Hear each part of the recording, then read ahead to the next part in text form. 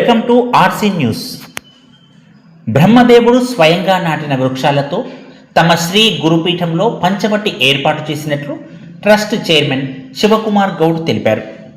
మెదక్ జిల్లాలోని శివంపేట మండలం గూడూరు గ్రామంలో గల తమ శ్రీ గురుపీఠంలో శ్రీ గురుదేవులు శ్రీ షిరిడి సాయిబాబా దేవాలయాలలో ప్రత్యేక పూజలు నిర్వహించుకున్న అనంతరం ఆయన మాట్లాడుతూ ఆయా వృక్షాల ప్రాధాన్యతలు తెలుపుతూ ఆ వృక్షాలన్నీ కూడా ఎకరం స్థలం వరకు వ్యాపించి సేవలందిస్తూ ఉండగలవని, పూర్వకాలంలో ఋషులు మునులు ఆ చెట్ల కిందనే తపస్సులు చేసి సిద్ధి పొందారని అన్నారు. ఒక్కో చెట్టుకు ఒక్కో ఔషధ గుణం ఉంటుందని, వాటిని మన మానవ సమాజానికి వాడే విధానాలు తెలుసుకొని సద్వినియోగం చేసుకుంటే సమాజంలో ఉన్న వ్యాధులన్నీ పోయి ఆరోగ్య సమాజం ఏర్పడగలదని అన్నారు. భగవంతుడు తన సృష్టిలో మన మానవాళితో పాటు మన మానవాళి మనుగడకు అవసరమైన ప్రకృతిని కూడా సృష్టించి వరంగా ప్రసాదించాడని, కనుక మనం మన మనుగడకు కారణమైన ప్రకృతిని ప్రేమించి గౌరవించి ఆశీర్వదించబడాలని తెలుపుతూ అదే ఉద్దేశ్యంగా పంచవటిని అందుబాటులో ఉంచుతున్నట్లు తెలిపారు. భక్తులు గురుదేవుల దర్శనాలతో పాటు పంచవటిని తప్పక దర్శించుకొని తమ జీవితాలను సార్థకం చేసుకొని మోక్షం పొందాలని అన్నారు. కార్యక్రమంలో అధిక సంఖ్యలో భక్తులు పాల్గొన్నారు. చతుర్భుజం ప్రసన్నవదనం ధ్యాయే సర్వవిఘ్నోపశాంతయే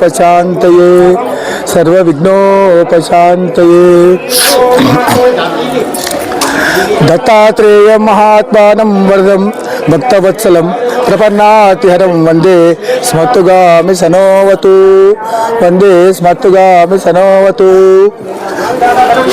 ఇక్కడ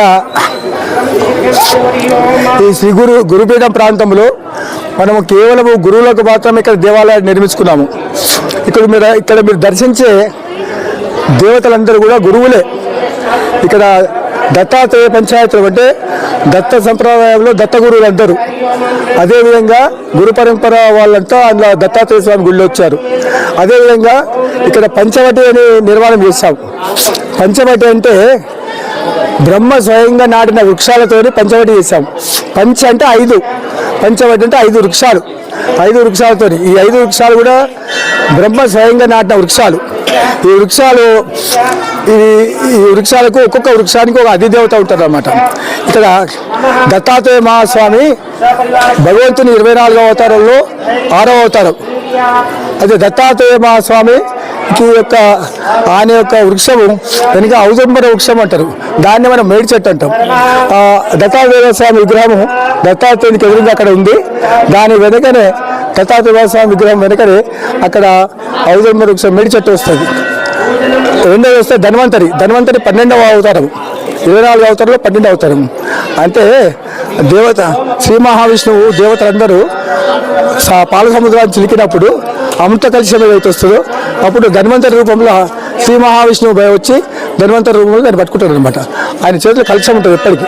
ఈయన ధన్వంతరి, ఔషధాలకు అధిపతి ఆయన్నే. దత్తాత్రేయం మహాత్మానం వరదం భక్తవత్సలం ప్రపన్నాచరం వందే స్మృతిగా సనోవతారు ఎట్లా అంటున్నాము. అదేవిధంగా శ్రీ మహావిష్ణు స్వరూపాయ ధన్వంతరి స్వరూప శ్రీ ఔషధ చక్ర నారాయణ స్వాహ అంటాం.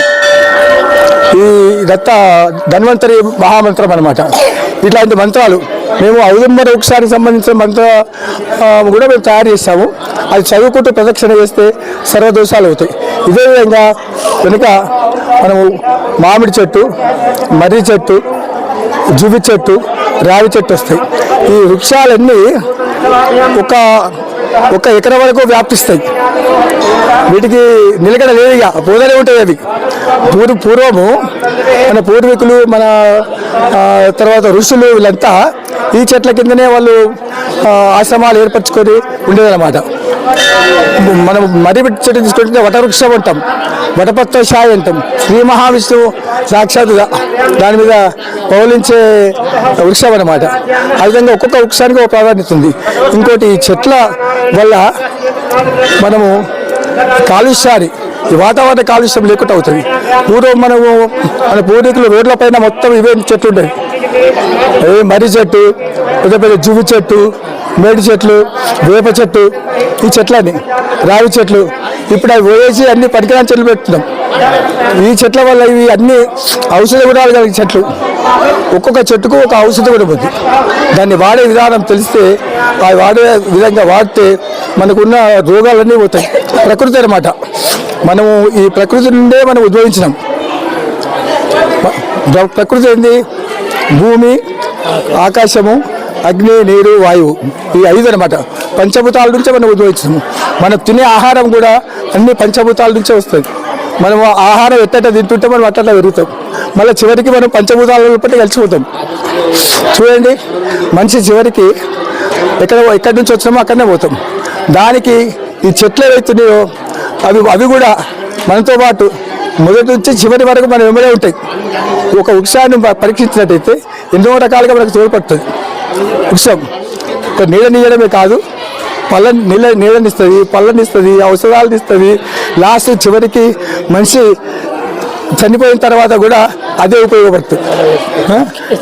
మనిషిని మోసుకపోవడానికి కూడా అదే కావాల్సి వస్తుంది. కాబట్టి వృక్షాలకు అతి ప్రాధాన్యత ఉంది. ప్రకృతే దైవము అనే ఉద్దేశంతో ఇక్కడ పంచవటిని ఏర్పడటం అనేది, మనము దేవతలకు ప్రదక్షిణ చేస్తే ఎంత పుణ్యమో ఈ పంచవటి అనే వృక్షాలకు ప్రదక్షిణ చేస్తే అంత పుణ్యం అనటం. ఇది త్రిమూర్తుల స్వరూపం, బ్రహ్మ విష్ణు దత్తాత్రేయ స్వామి గుడి కాబట్టి పంచవటి ఉండాలనే ఉద్దేశంతో అన్ని వృక్షాలతో ఏర్పరచడం. అన్నిటికన్నా శ్రేష్టమైంది ఇది. గుళ్ళో ఇప్పుడు అన్నిటికన్నా శ్రేష్టమైంది పంచవటి. కాబట్టి భక్తులందరికీ తెలియజేసి ప్రతి ఒక్కరిని ఇక్కడ వచ్చిన వాళ్ళందరూ కూడా ఇక్కడ ప్రదక్షిణ చేసుకొని ఇక్కడ పూజ చేసినట్టయితే అందరికీ శుభాశులు కలుగుతాయి. మన సర్వ బాధలు, రోగాలు, ఎటువంటి బాధలు, శత్రు బాధలు, ఈతి బాధలు, ఆరోగ్య సమస్యలు, ఆర్థిక సంబంధమైన సమస్యలు, ఎటువంటి సమస్యలు అన్నీ తొలగిపోతాయి. కాబట్టి మన భక్తులందరూ తెలియాలని చెప్పి ఈ సందర్భంగా ఈరోజు చాలా సంతోషము. అశేష భక్త జనవాహిని ఇక్కడికి వచ్చిండ్రు. వాళ్ళందరూ కూడా తెలియజేసి వాళ్ళందరూ ఇక్కడ నిరంతరంగా వచ్చేసి పూజ చేసుకునే వల్ల చెప్పాలని చెప్పేసి మరోసారి మీ అందరికీ తెలియజేస్తూ అవధూత చింతన శ్రీ గురుదేవ